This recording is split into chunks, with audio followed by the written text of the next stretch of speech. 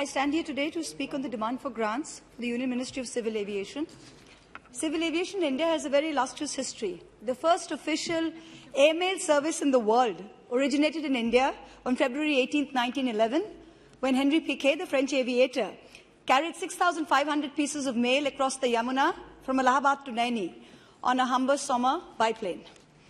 The first commercial airline, a Tata Air Services flight, was piloted by J.R.D. Tata, a postmoth, in October 1932 from Karachi to Bombay at a dazzling 100 miles an hour.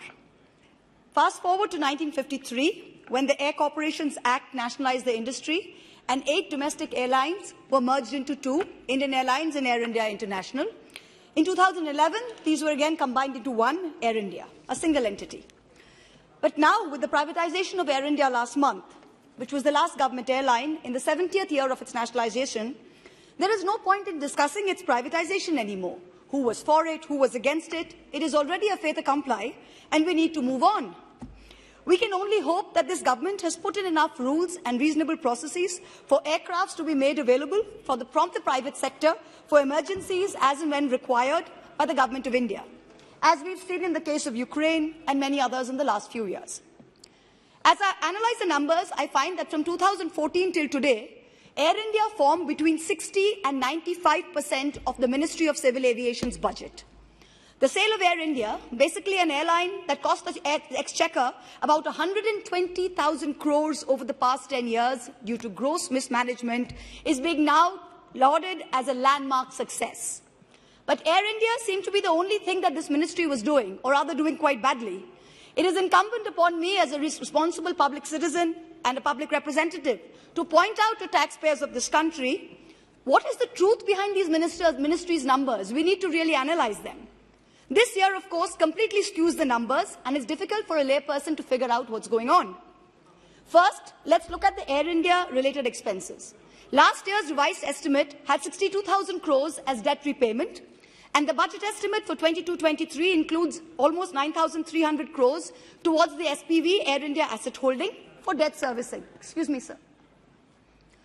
Once we exclude Air India, then the total allocation for the ministry is down 31% over last year's revised estimates. The total budget estimate for 22-23 for non-Air India expenditure is a grand total of only 1,242 crores. This is a reduction of 31% over the 1,770 crores revised for 21-22. Let us look at the breakup. First, establishment expenditure, 435 crores, increase of 12% over revised estimate. The regional connectivity scheme, this is the much-touted Uran airports, Iran routes. Only 601 crores, a decrease of over 40% over revised estimate of 994 crores. 3. Airports Authority of India, 150 crores, decrease of 21% over revised estimate. Others, 57 crores, reduction of 78%. I would like to ask one question. With a paltry budget expenditure of 1,240 crores, why do we need a separate ministry for civil aviation? 1,200 crores is what Mr. Gadkari is spending to 4-lane a stretch of 67 kilometers in my district. The Manrega budget for my state is almost 3 times this amount.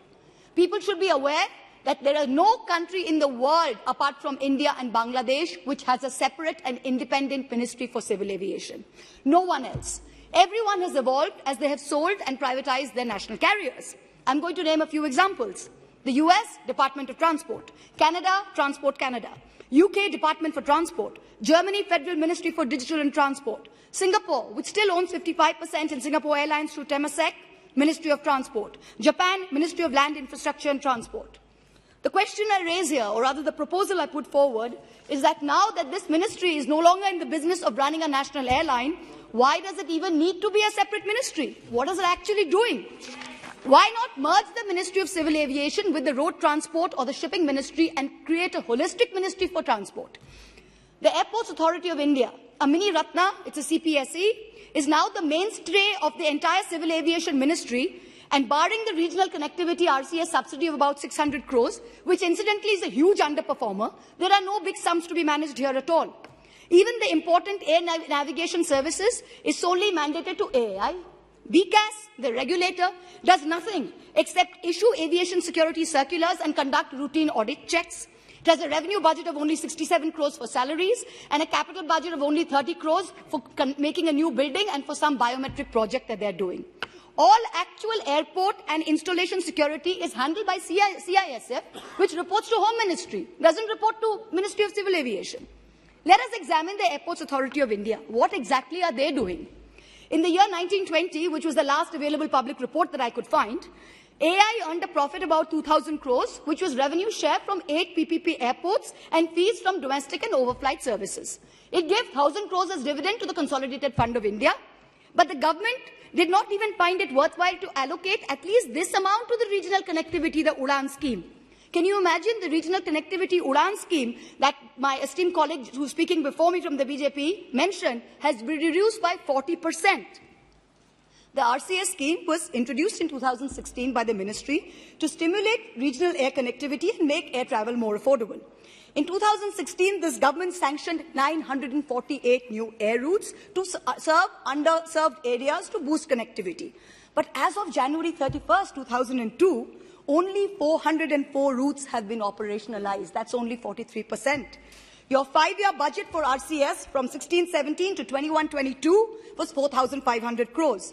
As of December 2021, only 2,100 crores, just 46% has been spent.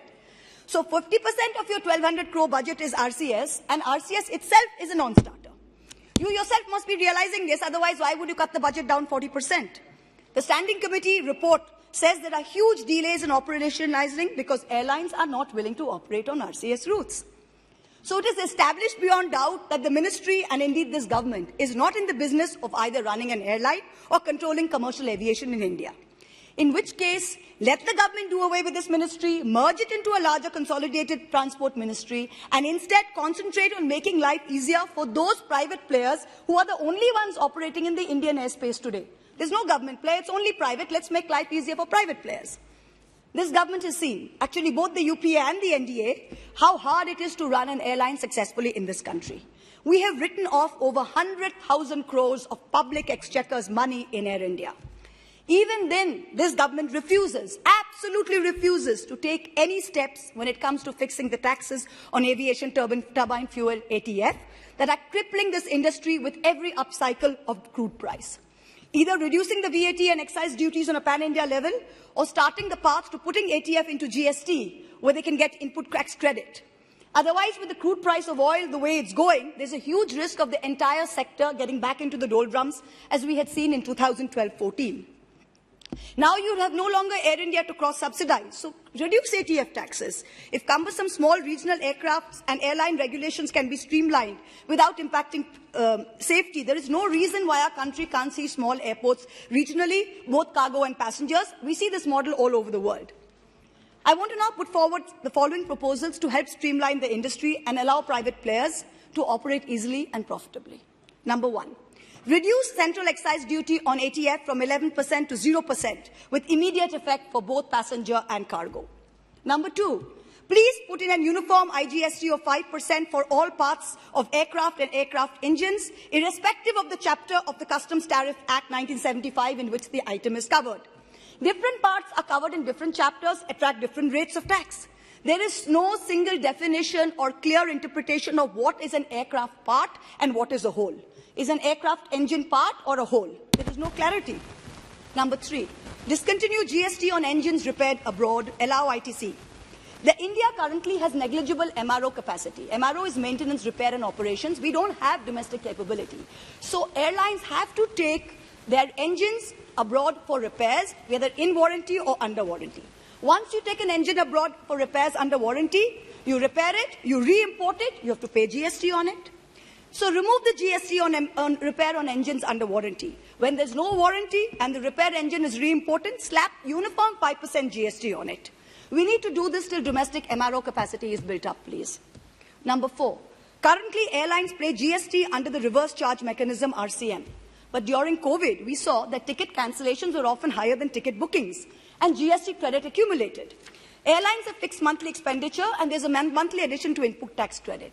What the industry needed was liquidity. And here we had a situation where there was a huge amount of credit accumulation combined with sticky cash flows. So please defer RCM tax payments for 6 months till we get back to normal.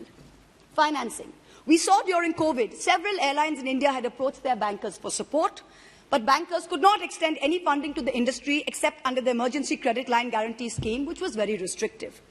Let us have a mechanism where funds should be provided to airlines based on their financial strength, based on their ability to repay.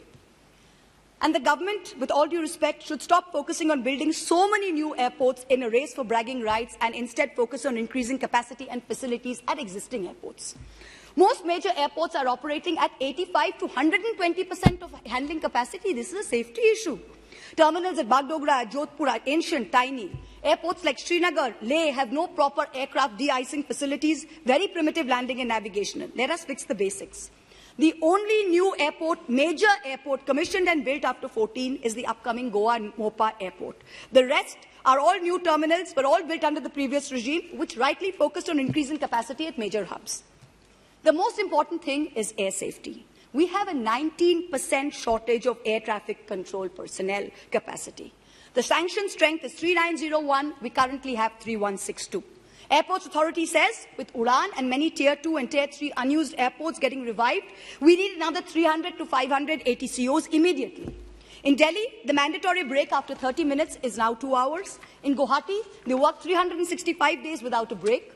The AAI sought exemption from the DGCA for the third time in the last 1 year from implementing the mandatory shift timings that were to come into effect from November 2020. The UN Aviation Safety Watchdog put these checks in place in 18, and our last exemption, India's last exemption, expired on January 31st, 2022. January 12th. The Honourable Minister, your predecessor, said in Parliament when he was explaining the need for privatisation that the government cannot be in the business of running airlines. Well, now that you're out of it, it is only fair that you create a level playing field for those private operators who are running airlines. Merge the ministry, do away with a separate demand for grants, reduce duties on ATF, or better still, bring it under GST. And finally, as I end, I would like to quote former Prime Minister Vajpayee in 1972, who said in Parliament, "These days, the atmosphere in New Delhi makes one choke. It is not easy to breathe freely.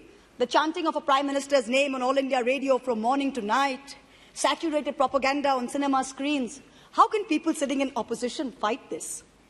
It is India's greatest tragedy, perhaps, that the very party Vajpayee ji led as Prime Minister today leads a government that has turned this very same Parliament into the Colosseum in Rome in the 1st century, where like a gladiator, the Honourable Prime Minister enters to chants of Modi, Modi. And sadly, those entrusted with the decorum of this House, the garima, as they like to put it, smile smugly through it all. So today, as a woman parliamentarian, let me chant some names that truly deserve applause, both in this House and in the annals of civil aviation history of India. The first Indian woman to get a pilot's license, Urmila Parekh. The first woman commercial pilot, Prem Mathur. The first woman pilot of Indian Airlines, Durba Banerjee. The first woman IAF officer to fly in a combat zone, Gunjan Saxena. The captain of the first Boeing having an all-women flight crew, Saudamani Deshmukh. The youngest pilot in civil aviation history to command a jet aircraft, Nivedita Bhasin. And on this celebratory note, my esteemed colleagues, let us do what needs to be done. Keep the Maharaja out of the skies by all means, but let's keep the Aam Aadmi flying high. Jai Hind. Thank you very much.